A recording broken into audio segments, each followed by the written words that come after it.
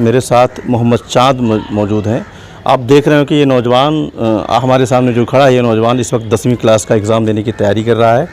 Lockdown के दरमियान इस नौजवान के घर की हालत बहुत बुरी हो गई थी, जिसकी वजह से हालात बहुत ख़राब हो गए थे और कारोबार बंद हो गया था, तमाम मसाइल थे, जिसकी वजह से इस नौजवान ने LNGP हॉस्पिटल में मॉर्चरी में नौकरी की थी। और उस वक्त उस तरह की जो कोरोना से मरने वाले लोग होते थे, उनकी बॉडीज़ को ये गाड़ियों में लादते थे और उसके बाद इस तरह की चीज़ें कर रहे थे परेशानी के आलम में।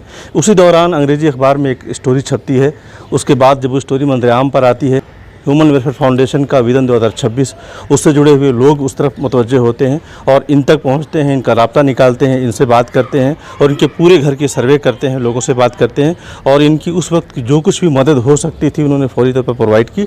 आज ये दोबारा विज़न के दफ्तर आए हुए थे, एक चेक लेने के लिए आए हुए थे। हमारी इनसे मुलाकात हुई। हमने जानना चाहा कि पिछले 1 साल के दरमियान तकरीबन जो हालात थे इनके, उस हालात से निकलने के लिए जो कुछ इनकी मदद जहाँ से भी हुई, किस तरह से हुई, किन लोगों ने इनकी मदद की और इस वक्त इनकी सूरत हाल क्या है, इनकी पढ़ाई कैसी चल रही है। सर, मेरा नाम मोहम्मद चांद है। मैं 10वीं क्लास की पढ़ाई कर रहा हूँ। उसकी तैयारी है, अगले महीने मेरे पेपर हैं। आपने पढ़ाई अपनी क्यों छोड़ दी थी? सर, पढ़ाई कुछ घर के हालात ऐसे हो गए थे। हमारे घर में हम 2 ही करने वाले थे। पापा उम्र ज़्यादा थी, बीमार है, वो कर नहीं पाते थे। घर के कुछ हालात ऐसे हो गए, इसलिए मुझे पढ़ाई छोड़नी पड़ी। भाई की नौकरी। पढ़ाई छोड़ने के बाद आपने क्या किया?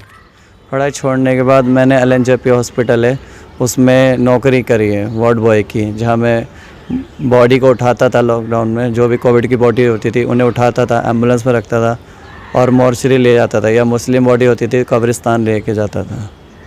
तो अभी 1 साल के अंदर आपके जो ये हालात थे, उससे पहले जो कुछ भी आपके साथ हालात हुए थे, फिर मॉर्चरी से आपको कैसे वहाँ से निकाला गया? कौन लोग आपकी मदद के लिए आ गया है?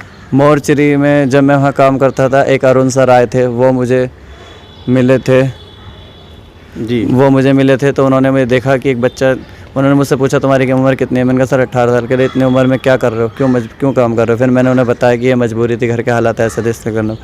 तो कह रहे हम तुम्हारी कोई स्टोरी बनाना चाहते हैं, मंजूर है? तो मुझे पता नहीं था क्या है, तो मैंने हाँ कर दिया। फिर उन्होंने मेरी स्टोरी छपी। अल्लाह का करम है, अल्लाह का लाख शुक्र है कि फिर वो मेरी स्टोरी छपी। काफ़ी लोगों को फ़ोन आया, कुछ लोगों ने मदद भी करी। इन्हीं मदद के दौरान फिर एक अखबार में न्यूज़ आई। अखबार में देख के फिर विज़न वालों ने मुझे देखा, फिर उन्होंने सर्वे करा, फिर मुझे काफ़ी सपोर्ट करा। जैसे कि मैंने पहले बताया कि दुकान में भी उन्होंने काफ़ी सपोर्ट करा। आज जो दुकान है वो उनके बदौलत है। और अभी भी मैं चेक लेना आया था 1 लाख का, वो जो विज़न वालों ने दिया है। आपके घर में कौन कौन लोग पढ़ रहे थे आपके समेत? मेरे समय मेरी बहनें 3 हैं, वो पढ़ रही थी। उनकी भी पढ़ाई छूट गई थी? उनकी भी पढ़ाई रुक गई थी, वो स्कूल से बैठ गई थी। जब खर्चा घर में नहीं हो पा रहा था तो पढ़ाई के लिए भी नहीं कुछ हो पा रहा था।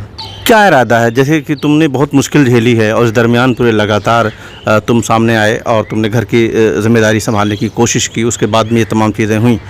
पढ़ाई करके आगे बढ़ने का तुम्हारा क्या इरादा है? मेरा ये इरादा, मेरी अम्मी का और मेरा ये सपना है कि मैं इंशाल्लाह पढ़ाई करूं, डॉक्टर की पढ़ाई करना चाहता हूं। आगे डॉक्टर बनना चाहता हूं, डॉक्टर, ताकि किसी मैं अस्पताल में जो गरीब लोग परेशान हैं उनका इलाज कर सकूं। ये थे मोहम्मद चाँद, जो हमें बता रहे थे कि ये आगे बहुत कुछ पढ़ना चाहते हैं, डॉक्टर बनना चाहते हैं, डॉक्टर बनकर गरीबों की मदद करना चाहते हैं और उन तमाम गरीबों की मदद करना चाहते हैं जो लोग भी अपने हालात की वजह से पढ़ नहीं पाते हैं, अपनी तरक्की नहीं कर पाते। उन तमाम लोगों की मदद के लिए इस नौजवान ने एक तरह से सोच रखा है। हम उम्मीद करते हैं कि आने वाले दिनों में हालात इनके लिए और बेहतर होंगे और ये अपना वो ख्वाब जो पढ़ाई मुकम्मल करने के बाद पूरा करना चाहते हैं, पूरा करें। एशिया टाइम्स के लिए मैं Ashraf Ali Bastavi. Asia Times subscribe नहीं किया है तो ज़रूर कर लें। एशिया टाइम्स को अल्टरनेटिव मीडिया बनाने की हमारी इस कोशिश में हमारा साथ दें।